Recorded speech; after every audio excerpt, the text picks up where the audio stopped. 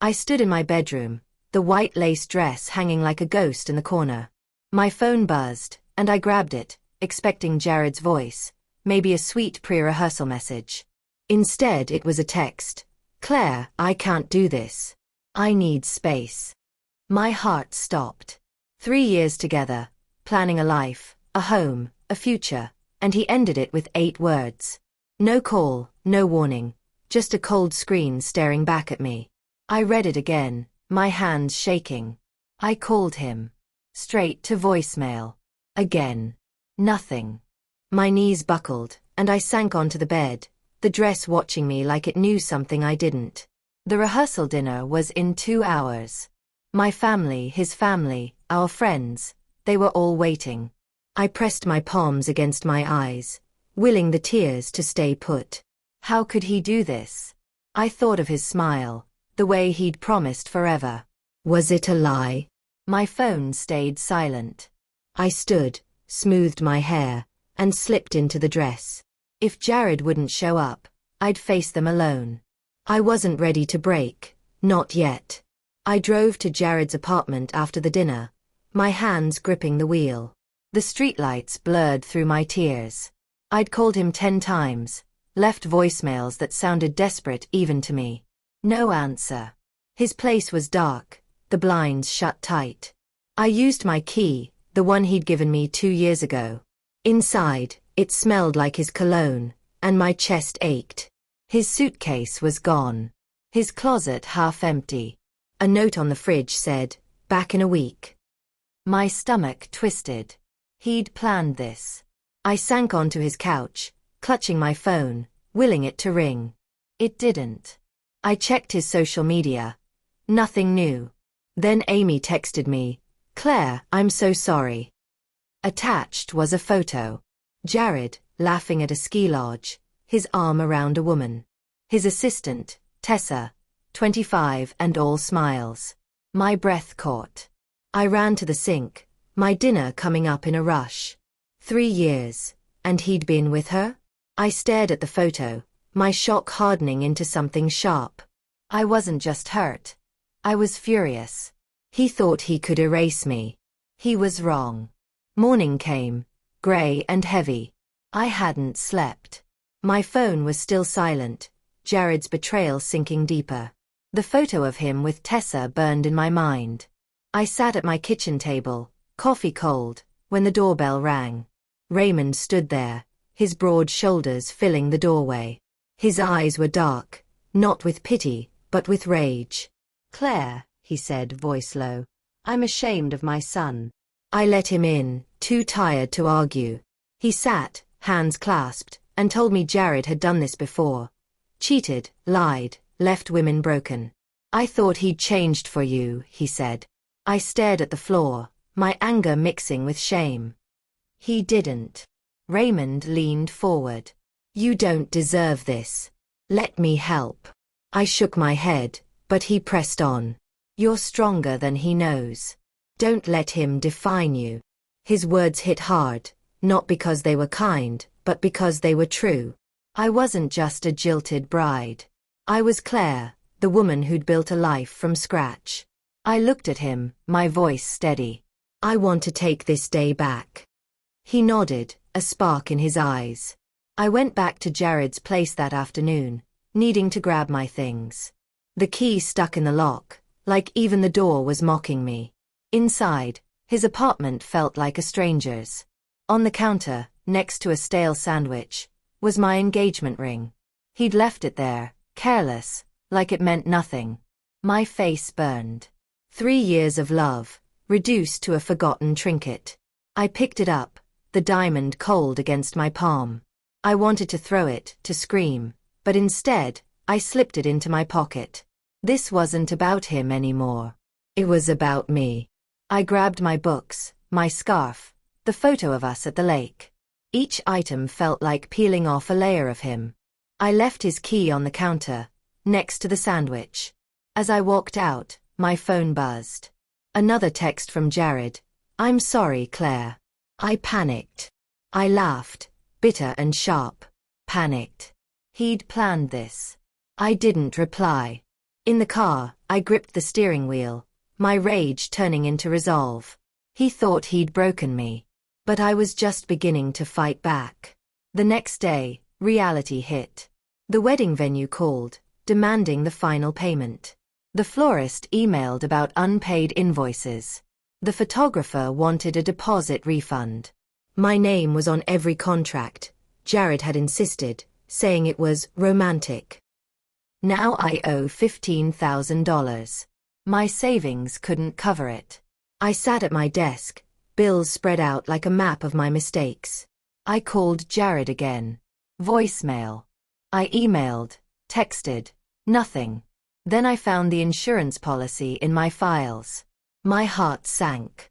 He'd cancelled it 2 weeks ago, without a word. He knew he was leaving.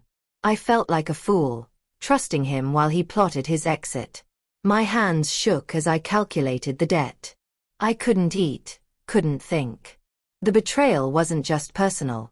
It was financial, calculated. I stared at the ring in my pocket, its sparkle mocking me. I wasn't just heartbroken. I was trapped. But then I remembered Raymond's words. You're stronger than he knows. I closed the laptop, took a deep breath, and decided I wouldn't let Jared's betrayal bury me. I'd find a way out, even if it meant facing this alone. Raymond called that evening, his voice calm but firm. Claire, meet me for dinner. We need to talk. I hesitated but agreed. At the restaurant, a quiet Italian place, he looked older, his grey hair catching the candlelight. He didn't waste time. Jared's done this before, he said. His ex-fiancée Laura left for Canada after he cheated with another assistant. I tried to warn you, but he swore he'd changed. I gripped my wine glass, the truth stinging. Why didn't you tell me? I asked. He sighed. I wanted to believe him. I nodded, my anger shifting from Raymond to Jared. He'd built a pattern, and I was just another piece. But Raymond's next words surprised me. You don't have to let him win. You can take this moment back. I frowned. How? He leaned forward, eyes steady. Walk down that aisle. Not for him, for you. I'll be there if you'll let me. My heart raced. It was crazy bold, but something in his certainty made me pause. Could I really rewrite this story? I sipped my wine, the idea taking root. Okay, I said. Let's do it. I sat up that night, my mind spinning. Raymond's idea was wild. Walk down the aisle without Jared? It felt impossible, but the more I thought about it, the more it made sense. I didn't want to be the woman who cried in her dress. I wanted to be the woman who stood tall. I opened my laptop and drafted a new invitation. The ceremony is still on. Join me to celebrate Claire. Saturday, 3 p.m. My finger hovered over send. What would people think? Would they laugh? Pity me? I didn't care. I hit send. Within minutes, replies flooded in. Amy. I'm there. My cousin. You're incredible. Even strangers from the guest list. We're coming for you. My phone buzzed with Jared's name. What are you doing, Claire? He texted. I stared at the screen, my pulse steady. He didn't get to ask questions anymore. I left him to figure it out himself and turned off my phone. For the first time in days, I felt something like power. This wasn't about him. It was about me, my strength, my story. I went to bed, the dress hanging in the corner, no longer a ghost but a promise. The week flew by in a blur of calls and plans. Friends rallied, offering to help with decorations, music, anything I needed. The venue agreed to keep the date, no extra charge. I felt lighter, like I was taking back something stolen. But whispers spread. Jared's friends texted me, saying he was freaking out about the ceremony. Good, I thought. Let him squirm. I went to the dress shop for a final fitting. The tailor, an older woman with kind eyes, adjusted the lace. You look like a queen, she said. I smiled, believing her. The dress wasn't for Jared anymore. It was for me. At home, I tried on my heels, practiced walking, and held my head high. Amy came over, bringing wine and laughter. "You're going viral before it even happens," she said, showing me a group chat buzzing about the event. I laughed, but my stomach twisted. What if Jared showed up? What if he tried to ruin it? I pushed the thought away. This was my day, my moment. I wouldn't let him steal it again. I hung the dress by the window, the moonlight catching its beads. Tomorrow, I'd walk that aisle, and I'd do it for me. The morning of the ceremony, I woke with a calm I hadn't felt in weeks. My dress hung ready, its white lace glowing in the sunlight. I did my makeup slowly, each brushstroke a choice. Amy arrived, helping me pin my hair. "You're a badass," she said, grinning. I laughed, feeling it. At the venue, the hall was packed. Friends, family, even people I barely knew, all there for me. Raymond waited by the entrance, his suit crisp, his smile warm. "Ready?" he asked, offering his arm. I nodded, my heart steady. The music started, a soft piano melody I'd chosen myself.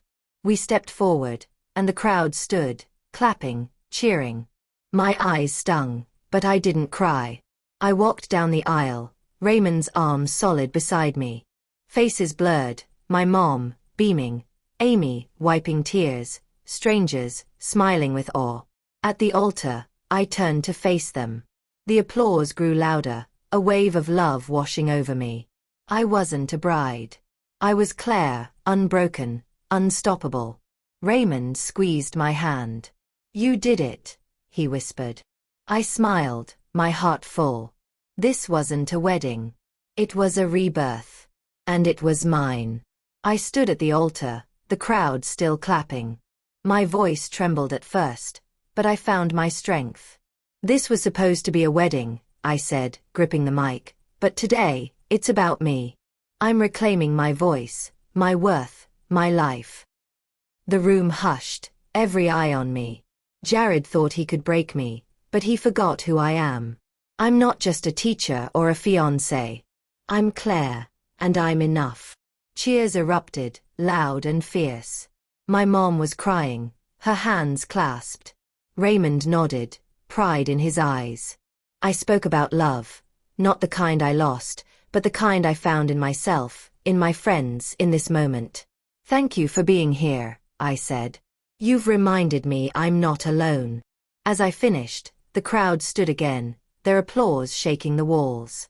I felt taller, stronger, like I could carry the world. Raymond hugged me, his voice rough. "You're incredible."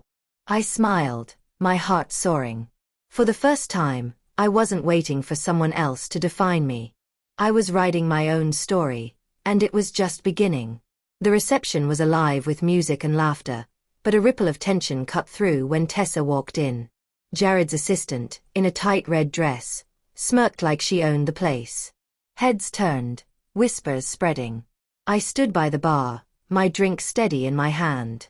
She sauntered over, her eyes gleaming with malice. "Nice party," she said, voice dripping. "Shame Jared couldn't make it." I met her gaze, calm but sharp. "Sweetheart, keep the receipt. He doesn't last long." The crowd nearby gasped, then laughed. Tessa's smirk faltered, her face flushing. She opened her mouth, but I turned away, done with her. Amy high-fived me, grinning. "You slayed her." I shrugged, but inside I felt powerful. Tessa lingered, trying to mingle, but no one paid her much attention. She was Jared's shadow, not mine. I joined my friends on the dance floor, the music loud, my dress swirling. For a moment, I forgot the pain, the debt, the betrayal. I was just Claire, dancing, alive. Tessa left soon after, her head low. Good. This was my night, and no one, not her, not Jared, could take it from me. The doors burst open mid-song, and Jared stormed in, his face red, tie loose. The music faltered, guests freezing. "Claire, what is this?" he shouted, arms wide. I stood in the center of the dance floor, my dress catching the light. "You're late, Jared," I said, voice cool. "Even to your own wedding." The crowd murmured, some chuckling. He stepped closer, his voice lower. "You're making a fool of me." I laughed. Sharp. "You did that yourself." Raymond moved beside me, his presence steady. "Leave Jared," he said, voice like steel. Jared's eyes darted between us. Desperate. "Dad, you're in on this?" Raymond didn't blink. "You lost her. Now go." Jared tried to speak, something about mistakes, but the crowd's stares silenced him. He backed away, his shoulders slumping. The music started again, louder, and I turned back to the dance floor. Guests cheered, their support wrapping around me like armor. Jared lingered by the door, then left, his shadow gone. I danced, my heart lighter. He'd tried to ruin my moment, but I'd taken it back. This wasn't his story anymore. It was mine, and I was writing the ending. The next morning, I found an email in my inbox, forwarded from a friend. It was from Laura, Jared's ex-fiancé, now living in Canada. "Claire," it read, "I saw the TikTok of your speech. You were braver than I ever was. I left after Jared broke me. You stood tall. Thank you for finishing what I couldn't." My throat tightened. I wasn't alone. Laura's words felt like a bridge, connecting my pain to hers. I wrote back, thanking her, promising to stay in touch. That day, my phone buzzed non-stop. Friends sent screenshots of the TikTok, my speech, my walk down the aisle, millions of views. Comments flooded in. "Queen, you inspired me." News outlets called for interviews. "Woman walks down aisle with ex-fiancé's father" was everywhere. I stared at my phone, stunned. This wasn't just my story anymore. It was touching strangers, women like Laura, people I'd never meet. I felt proud, not of the fame, but of the strength I'd shown. I hadn't just walked an aisle. I'd carved a path. I saved Laura's email in a folder labeled New Beginnings. Jared's betrayal had broken me, but it had also set me free. The viral attention brought more than fame, it brought scrutiny. I sat at my kitchen table, bills still piled high, when Amy called. "Claire, you need a lawyer." She was right. Jared had left me with $27,000 in wedding debt, and I wasn't letting him walk away. I hired a local attorney, Ms. Carter, who specialized in breach of contract cases. She reviewed the vendor agreements, my texts, the cancelled insurance policy. "This is premeditated," she said, her voice sharp. He knew what he was doing. We filed a lawsuit against Jared for the costs, citing his intentional withdrawal and my financial liability. I spent days gathering evidence, emails, receipts, even the text he sent to end it. My hands shook as I handed over the ring to Ms. Carter for valuation. It wasn't just jewelry. It was proof of his promise. Jared called that night, panicked. "Claire, a lawsuit? Really?" I didn't hesitate. "You made choices, Jared. Now face them." He hung up, and I felt steady for the first time in weeks. This wasn't revenge. It was justice. I wasn't just fighting for money. I was fighting for my dignity, and I wouldn't stop. Raymond called me a week later, his voice quiet but firm. "I have something for you." We met at a coffee shop, and he slid a folder across the table. Inside were screenshots, texts and emails between Jared and Tessa, planning their getaway weeks before he cancelled our wedding. "I found these on his old laptop," Raymond said. "He left it at my house." My stomach churned, reading Jared's words. "Claire won't suspect a thing." I looked at Raymond, his face tight with disgust. "I'm done protecting him," he said. "Use this." I handed the folder to Ms. Carter. She called it a goldmine. The evidence showed Jared's betrayal was calculated, deliberate. At the courthouse, I sat in the front row, my hands steady. Jared's lawyer tried to argue he was overwhelmed, but Ms. Carter presented the texts, the cancelled insurance, my ring. The judge's face hardened. "This is not a man acting on impulse," she said. Jared's eyes met mine, pleading, but I looked away. He'd built this trap himself.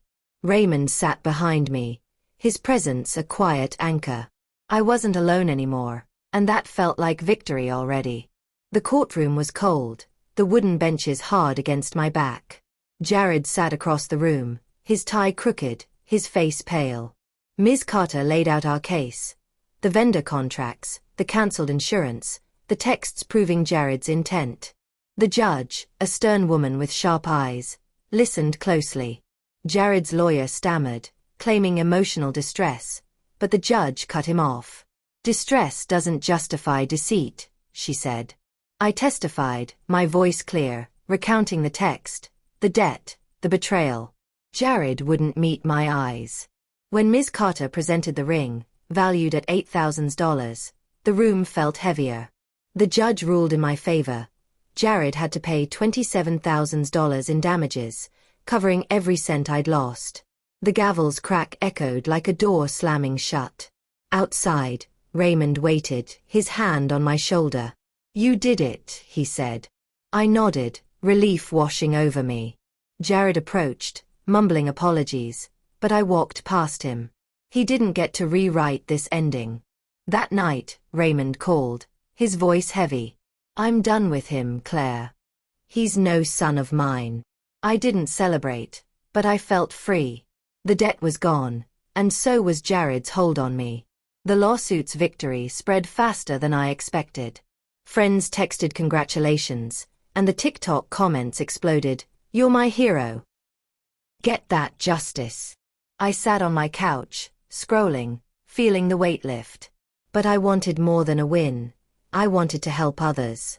I started a blog, Reclaim the Aisle, sharing my story and tips for recovering from betrayal.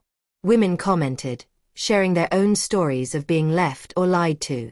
I read every one, my heart aching and growing at the same time.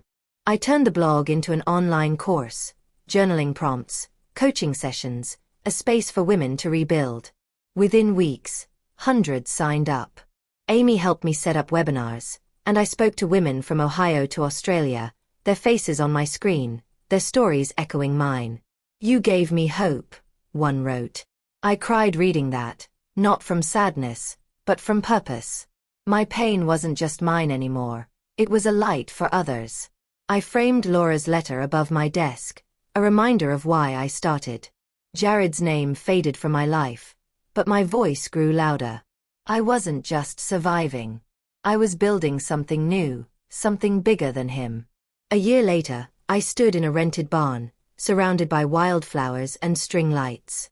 My retreat, Reclaim the Aisle, had grown into a weekend event for women healing from betrayal. 50 women came, some young, some older, all carrying stories like mine. I wore jeans and boots, my wedding dress long donated. No lace, no veil, just me, Claire, leading. We journaled, shared stories, laughed, and cried. One woman, Maria, told me about her ex who left her with 2 kids and a mortgage. Your course saved me, she said, hugging me. My chest swelled. At the closing ceremony, I walked down a makeshift aisle, not as a bride, but as a guide. The women clapped, their cheers loud and warm. I spoke about resilience, about choosing yourself. You are enough, I said, my voice strong. They stood, applauding, some crying. Raymond was there, in the back, smiling like a proud father. Afterward, he hugged me. You've built something amazing, he said. I nodded, my eyes wet but happy. Jared was a memory, a footnote. This was my story now, and it was written in the voices of the women I'd helped find their own. The retreat's success brought more attention. News outlets called again, wanting interviews about Reclaim the Aisle. A local TV station aired a segment, Ohio Teacher Turns Heartbreak into Hope. I watched it, stunned, seeing my face on screen, my words inspiring thousands. Social media buzzed. Hashtag Reclaim the Aisle trended for a week. Women sent me letters, some handwritten, thanking me for showing them they could move forward. One letter came from a teenager whose mom had taken my course. You made her smile again, she wrote. I kept that one on my fridge. My course grew, with waitlists for webinars. I hired Amy to help manage it, and we planned a second retreat. Raymond called, offering to fund scholarships for women who couldn't afford it. "Your family now," he said, and I believed him. Jared's name rarely came up, but when it did, it was in pity, not anger. He'd lost everything: his reputation, his father, his future. I didn't need to hate him anymore. I was too busy building. My apartment felt alive again, filled with notebooks, plans, and purpose. I wasn't just Claire, the jilted bride. I was Claire, the woman who turned pain into power. I started getting emails from lawyers, not about Jared, but about women like me. They'd seen my story, read about the lawsuit, and wanted advice. I wasn't a lawyer, but I knew how to fight. I connected them with Ms. Carter, who started a pro bono clinic for women facing similar betrayals. We called it the Isle Fund, a nod to my journey. Raymond donated the first $10,000, for Laura, he said, and I nodded, understanding. My course grew into a community, with forums where women shared resources, legal tips, therapists, job leads. I spent evenings moderating, reading stories that broke my heart and built my resolve. One woman, Priya, wrote about leaving her cheating husband after my webinar. "You showed me I'm not invisible," she said. I cried, then wrote back. My blog hit 1 million views, and I got an offer to write a book. I hesitated. Teaching was my life, but Amy pushed me. "You're already changing lives," she said. I started outlining it, my story woven with others. Jared's betrayal felt distant now, like a storm that had passed. I was the sun breaking through, and I wasn't shining for him. I was shining for us. One evening, Raymond invited me to his house for dinner. It was a quiet night, just us, lasagna, and a crackling fire. He looked tired but peaceful. "I've been thinking," he said, pouring wine. "You've done more than I ever could for Jared." I frowned, but he continued. "You took his mess and made it mean something." I smiled, my heart warm. He showed me a photo of Jared from years ago, a boy with a gap-toothed grin. "He wasn't always like this," Raymond said. "But I can't save him anymore." I nodded, understanding. We talked about the Isle Fund, the retreat, my book. He listened, really listened, like he saw me. Before I left, he handed me a check for the fund, $5,000. "Keep going," he said. I hugged him, feeling like I'd gained a father. At home, I added the check to the fund's account, my hands steady. Jared had tried to erase me, but I was rewriting my story every day. My apartment was full of light. Candles, plants, letters from women I'd helped. I wasn't alone anymore. I was part of something bigger, and it felt like home. Jared emailed me a month later, a long, rambling message. "I messed up, Claire. I'm sorry. Can we talk?" I read it, my heart calm. He wasn't sorry, he was scared. The lawsuit had drained him, and I'd heard he'd lost his job. Tessa had left him too, posting cryptic breakup quotes online. I didn't reply. Instead, I forwarded the email to Ms. Carter, just in case. My life was moving forward. The second retreat was booked, and my book deal was signed. I spent mornings teaching, afternoons writing, evenings with the Isle Fund. Women reached out daily, their stories fueling me. One, a nurse named Lila, sent a bracelet she'd made, engraved with "Reclaim." I wore it every day. Raymond called often, checking in, sharing updates about the fund. He'd started volunteering, speaking to men about accountability. "You inspired that," he said. I smiled, grateful. Jared's shadow was gone, replaced by a community I'd built. My story wasn't about him anymore. It was about the women I lifted, the strength I found. I looked at my dress, now in a donation box. It wasn't a symbol of loss. It was a reminder of what I'd gained. The book launch came faster than I expected. Reclaim the Isle hit shelves, a mix of my story and those of women I'd met. The first signing was in Cleveland, a small bookstore packed with faces, Some familiar, some strangers. I read a chapter, my voice steady, about the moment I walked down the aisle with Raymond. The crowd clapped, some crying. A woman in the back, maybe 50, thanked me afterward. My husband left me last year, she said. Your book gave me courage. I hugged her, my eyes wet. The book climbed charts, and reviews called it raw and inspiring. Raymond came to the signing, bringing flowers. Proud of you, he said. I smiled, feeling like his daughter. The aisle fund grew, funding legal help for dozens of women. My retreats were now quarterly, each one bigger. I taught less, focusing on writing and speaking. My life felt full, not of pain, but of purpose. Jared's name was a whisper, a memory I didn't need. I was Claire, the woman who turned betrayal into a beacon. Every step I took was for me, for them, for us. A year after the retreat, I stood on a beach in Maine, leading the third Reclaim the Isle event. Waves crashed softly, and 75 women gathered, their laughter mixing with the wind. I wore a sweater and boots, my hair loose. No dress, no veil. Just me, whole. We shared stories around a bonfire, each woman's voice stronger than the last. Maria, from the first retreat, spoke about starting her own business. Priya read a poem she'd written. I listened, my heart full. At the closing, I walked down a sandy aisle, the women clapping, some cheering. You showed us how, Lila said, her bracelet glinting on my wrist. I smiled, my eyes wet but joyful. Raymond was there, his face proud.